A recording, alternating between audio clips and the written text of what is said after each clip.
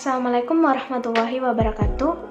Perkenalkan, nama saya Hijrah Safitri, perwakilan dari kelompok 5. Di sini saya akan menjelaskan mengenai data flow diagram siklus pendapatan dari perusahaan XYZ. Perusahaan XYZ ini merupakan perusahaan yang bergerak di bidang industri mebel. Di mana di sini saya akan menjelaskan mengenai siklus pendapatan yang terdiri dari 3 aktivitas utama. Yang pertama, order penjualan, yang kedua, pengiriman barang, dan yang ketiga, penerimaan kas.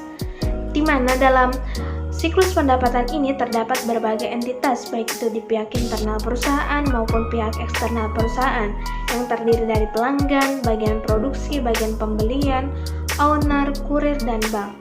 Nah, langsung saja aktivitas pertama dari siklus pendapatan ini yaitu order penjualan. Dimulai ketika pelanggan melakukan permintaan melalui order penjualan kepada owner. Nah, sebelum owner merespon permintaan pelanggan, owner perlu melakukan pengecekan pada bagian produksi mengenai ketersediaan barang jadi yang menjadi keinginan pelanggan. Selanjutnya, ketika barang yang menjadi keinginan pelanggan tersedia, maka owner dapat langsung merespon dan melakukan pengiriman. Namun ketika belum tersedia, owner pun dapat merespon dan mengatakan bahwa barang yang menjadi keinginan pelanggan belum tersedia. Jika pelanggan siap untuk menunggu beberapa waktu, maka dapat langsung dilakukan produksi. Nah, sebelum melakukan produksi, bagian produksi ini perlu melakukan pengecekan bahan baku pada bagian pembelian. Dan ketika tidak tersedia bahan baku yang dapat digunakan, maka perlu dilakukan back order untuk melakukan pembelian bahan-bahan yang menjadi keperluan dari bagian produksi untuk memenuhi permintaan pelanggan. Setelah itu, setelah barang diproduksi, maka bagian perusahaan atau owner dapat langsung melakukan pengiriman barang disertai dengan nota.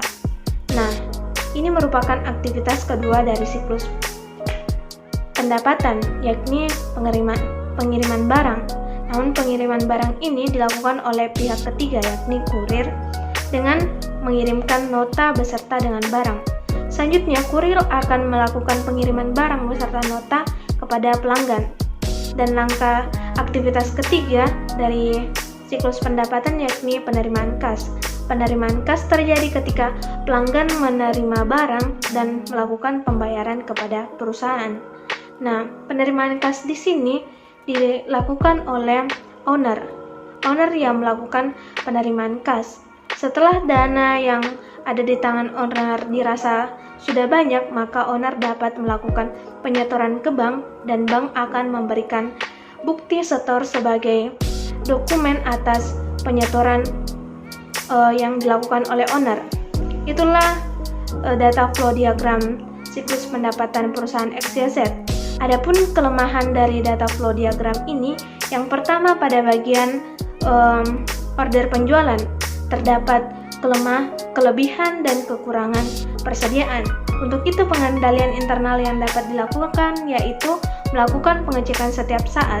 Kelemahan yang kedua yaitu order yang tidak sah.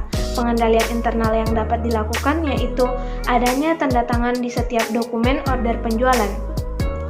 Dan kelemahan pada bagian pengiriman barang yaitu kesalahan pengiriman dan tidak adanya slip pengepakan. Untuk itu pengendalian internal yang dapat dilakukan yaitu membuat slip pengepakan dan melakukan pengecekan sebelum melakukan pengiriman barang. Pengecekan barang disertai dengan dokumen order penjualan pelanggan. Dan kelemahan pada bagian penerimaan kas yaitu owner masih mendominasi tugas penerimaan kas. Owner yang melakukan penerimaan kas dan melakukan pencatatan pula, sehingga sering terjadi kesalahan pencatatan. Untuk itu adanya pemisahan tugas antara penerima kas dan bagian pencatatan sangat diperlukan untuk menghindari adanya kesalahan pencatatan. Nah, adapun kelemahan yang terakhir yaitu perusahaan ini masih menggabungkan antara siklus pendapatan dengan penjualan tunai atau COD dengan siklus pendapatan atau penjualan kredit. Untuk itu, rekomendasi dari kami yaitu perlu adanya pemisahan antara data flow diagram siklus pendapatan dengan penjualan tunai dan data flow diagram siklus pendapatan dengan penjualan kredit, di mana hal tersebut akan dijelaskan oleh teman-teman saya. Nah, selanjutnya di sini saya akan menjelaskan mengenai DFD siklus pendapatan yang menjadi rekomendasi kami setelah mengetahui kelemahan-kelemahan dari DFD siklus pendapatan dari perusahaan XYZ dengan sistem penjualan tunai. Yang menjadi perbedaan hanyalah pemisahan tugas entitasnya dan adanya dokumen pendukung lain selain dari DFD sebelumnya. Nah, aktivitas utama dari siklus pendapatan yang kami rekomendasikan ini yang pertama yaitu order penjualan, yang kedua pengiriman barang, dan yang ketiga penerimaan kas. Yang aktivitas pertama yaitu order penjualan dimulai ketika pelanggan melakukan permintaan barang kepada bagian penjualan perusahaan melalui order penjualan. Selanjutnya, bagian penjualan ini melakukan pemeriksaan terlebih dahulu untuk mengetahui ketersediaan barang jadi yang menjadi permintaan pelanggan. Jika barang yang menjadi permintaan pelanggan belum tersedia, maka respon dari bagian penjualan kepada pelanggan yaitu bahwa barang yang menjadi keinginan pelanggan belum tersedia. Apakah pelanggan bersedia untuk menunggu beberapa waktu sebelum barang tersebut tersedia? Jika bersedia, maka bagian produksi dapat langsung melakukan produksi barang sesuai dengan keinginan pelanggan.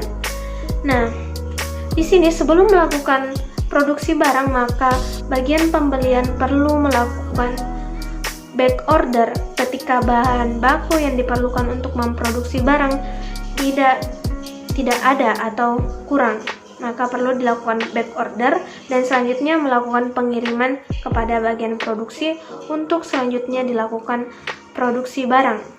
Setelah barang yang menjadi keinginan pelanggan jadi, maka dapat langsung dilakukan pengiriman barang yang merupakan aktivitas kedua dari siklus pendapatan ini, disertai dengan dokumen-dokumen pendukung seperti nota dan slip pengepakan yang diberikan kepada kurir dan kurir yang akan melakukan pengiriman kepada pelanggan, disertai dengan bukti-bukti pendukung yang tadi, yakni slip pengepakan dan nota.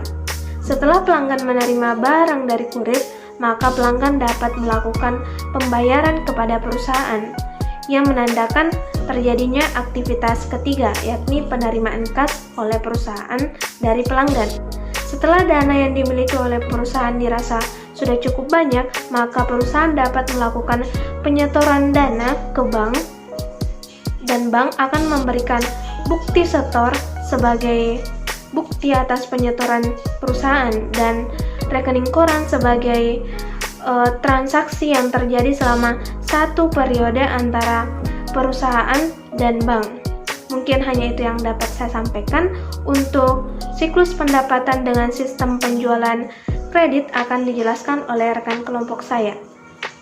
Sekian dan terima kasih. Baik, sebelum saya melanjutkan apa yang teman saya jelaskan sebelumnya, izinkan saya memperkenalkan diri terlebih dahulu. Perkenalkan, nama saya Maharani Widianisa dengan NIM 361281. Oke, sebelum saya melanjutkannya, saya akan menjelaskan sedikit mengenai apa sih siklus pendapatan dengan sistem penjualan kredit.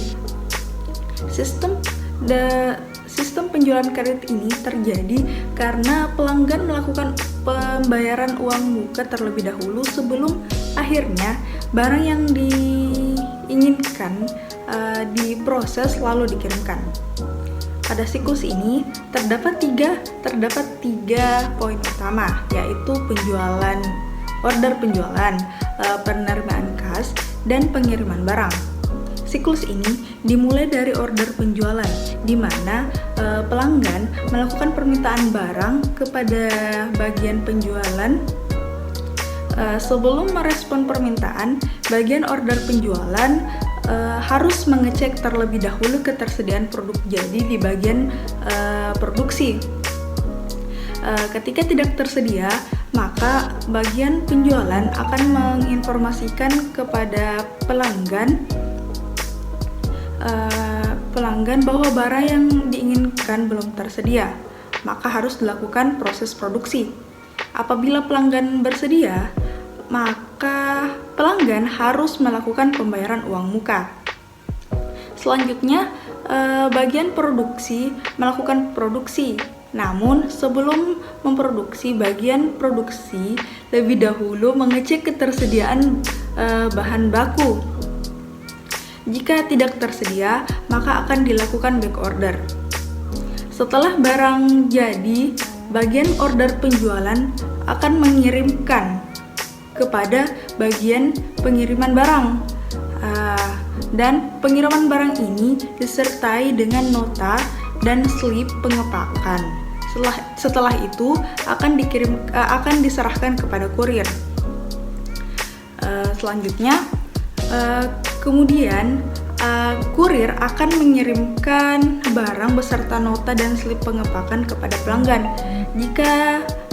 Jika pelanggan telah menerima barang, maka pelanggan harus melakukan pembayaran sisa piutang kepada bagian penerimaan kas.